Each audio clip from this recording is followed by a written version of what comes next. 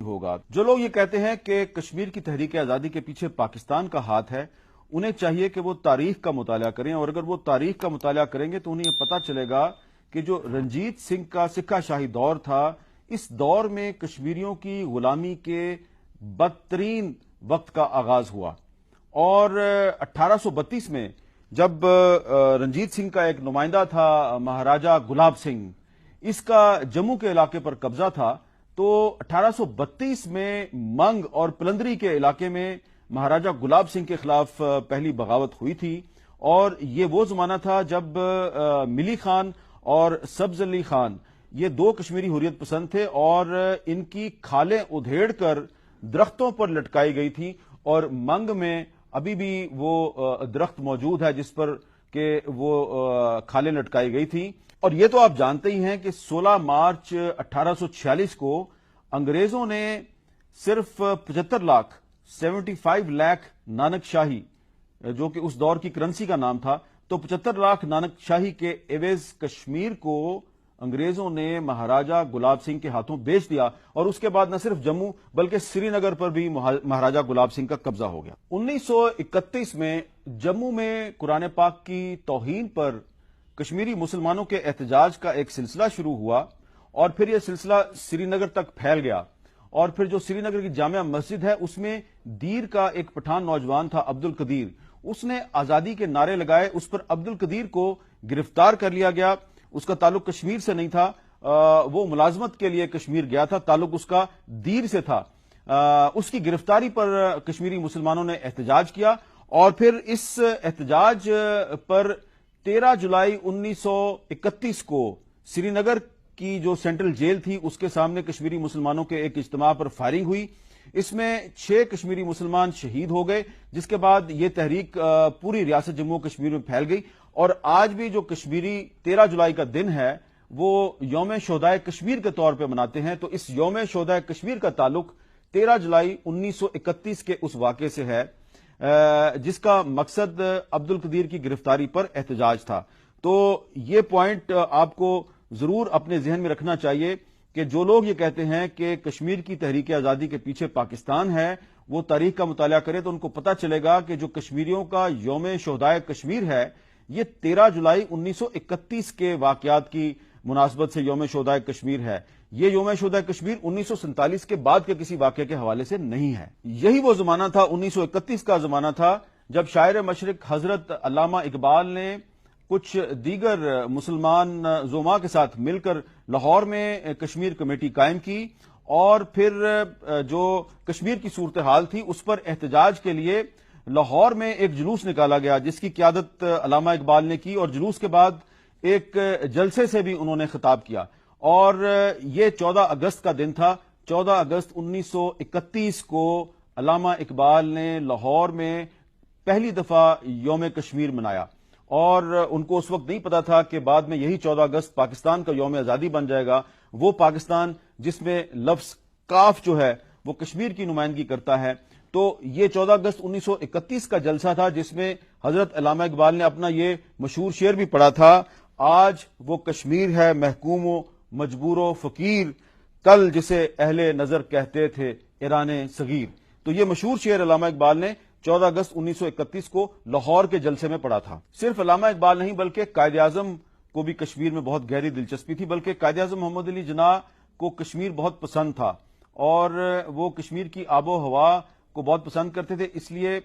وہ کئی ہفتے کے لیے کشمیر جا کے قیام فرمایا کرتے تھے، اور وہ سیالکوٹ کے قریب سچیت گڑھ کے راستے سے جموں میں داخل ہوتے تھے، اور بائی روڈ سری نگر جاتے تھے، اور پھر گلمرگ کے علاقے میں مستقل قیام فرمایا کرتے تھے۔ اور قائد اعظم کے ایک پرسنل سیکرٹری تھے کے ایچ خورشید، ان کا تعلق بھی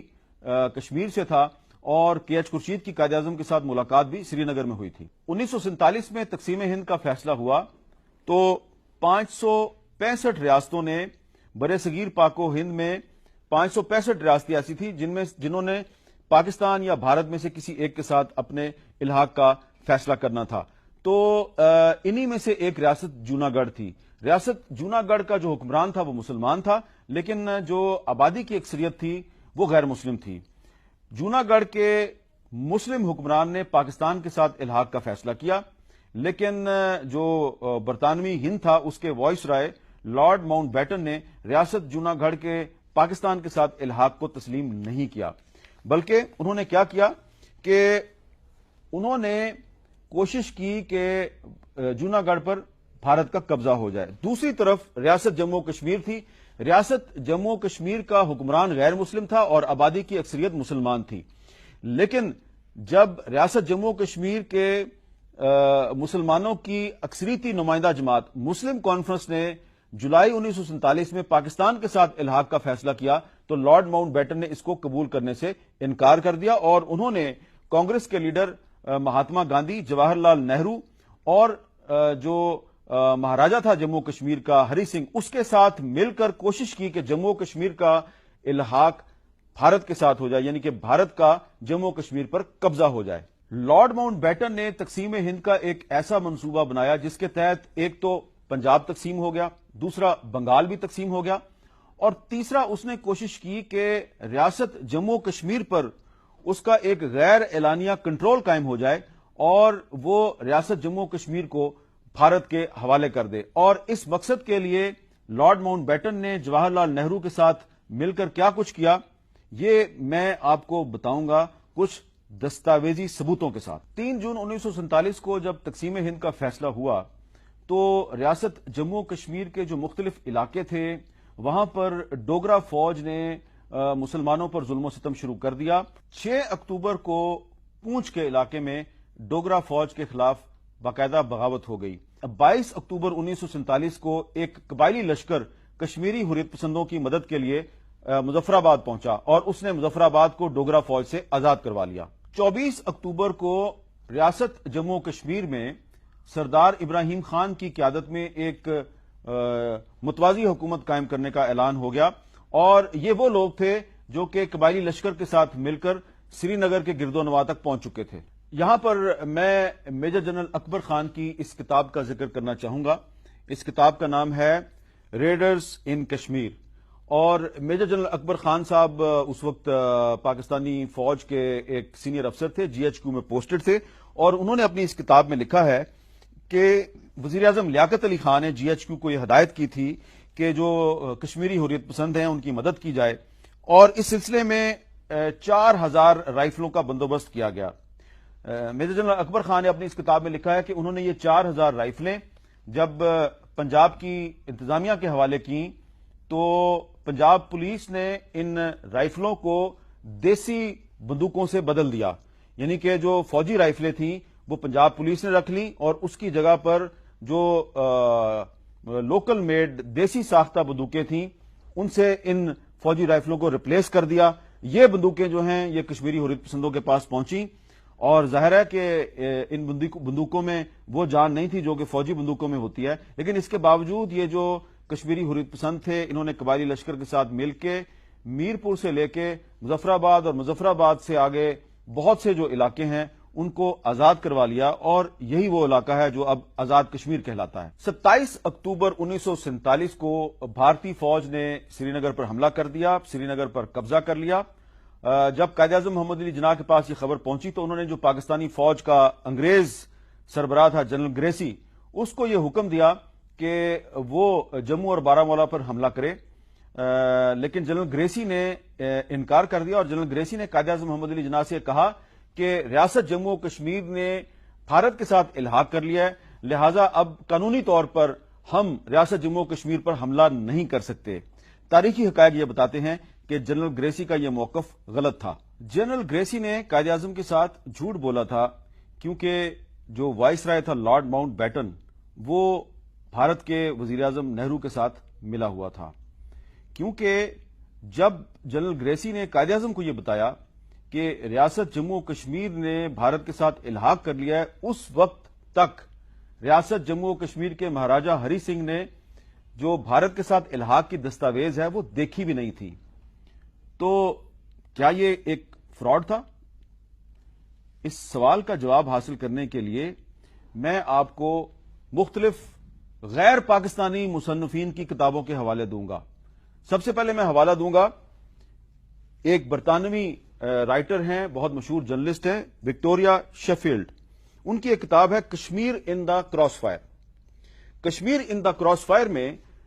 وکٹوریہ شیفیلڈ نے یہ لکھا ہے کہ بھارت کا یہ دعویٰ ہے کہ جو جموں کشمیر کا بھارت کے ساتھ الحاق ہے اس کی دستاویز پر 26 اکتوبر 1947 کو دستخط ہوئے. وکٹوریہ شیفیلڈ لکھتی ہے کہ 26 اکتوبر کو موسم بہت خراب تھا اور ہری سنگھ جو ہے وہ سری نگر سے جموں کی طرف بھاگ رہا تھا.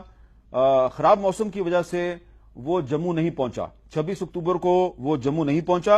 اور بھارتی حکومت کے نمائندے وی پی مینن 27 اکتوبر کی صبح دلی سے ایک جہاز میں بیٹھ کر جموں آئے اور الحاق کی دستاویز ان کے پاس تھی، لیکن بھارتی فوج ان کی جموں سے واپسی سے پہلے ہی سری نگر میں گھس چکی تھی. تو وکٹوریہ شیفیلڈ کہتی ہیں کہ یہ جو الحاق کی دستاویز ہے اس پہ 26 اکتوبر کو دستخط نہیں ہوئے، کیونکہ 26 اکتوبر کو نہ تو ہری سنگھ صاحب جموں میں تھے اور وی پی مینن صاحب بھی وہاں پر اس وقت تک نہیں پہنچے تھے. ایک اور برطانوی مصنف ہیں، ان کا نام ہے ایلسٹر لیمب. انہوں نے بہت ریسرچ کی ہے کشمیر کے مسئلے پہ، اور ایلسٹر لیمب جو ہیں سینکڑوں کتابیں پڑھی انہوں نے کشمیر پر. انہوں نے انڈیا میں، پاکستان میں اور جو لندن میں جو برٹش لائبریری ہے وہاں پر انہوں نے بہت سا ریکارڈ دیکھا، اور ان کی ایک کتاب ہے کشمیر اے ڈسپیوٹڈ لیگیسی. یہ کتاب ہے جی، اور اس کتاب میں ایلسٹر لیمب نے یہ لکھا ہے کہ 26 اکتوبر کو بھارت کا جو دعویٰ ہے کہ اس دن جموں کشمیر نے بھارت کے ساتھ الحاق کیا، تو انہوں نے اس دعوے کو مشکوک قرار دیا اپنی اس کتاب میں. اور وہ اس میں صاف صاف لکھتے ہیں کہ جو لارڈ ماؤنٹ بیٹن تھا، جو وائس رائے تھا اور جو برطانوی حکومت کا نمائندہ تھا، اس نے جواہر لال نہرو کے ساتھ مل کر کشمیر پر بھارت کے قبضے کی راہ ہموار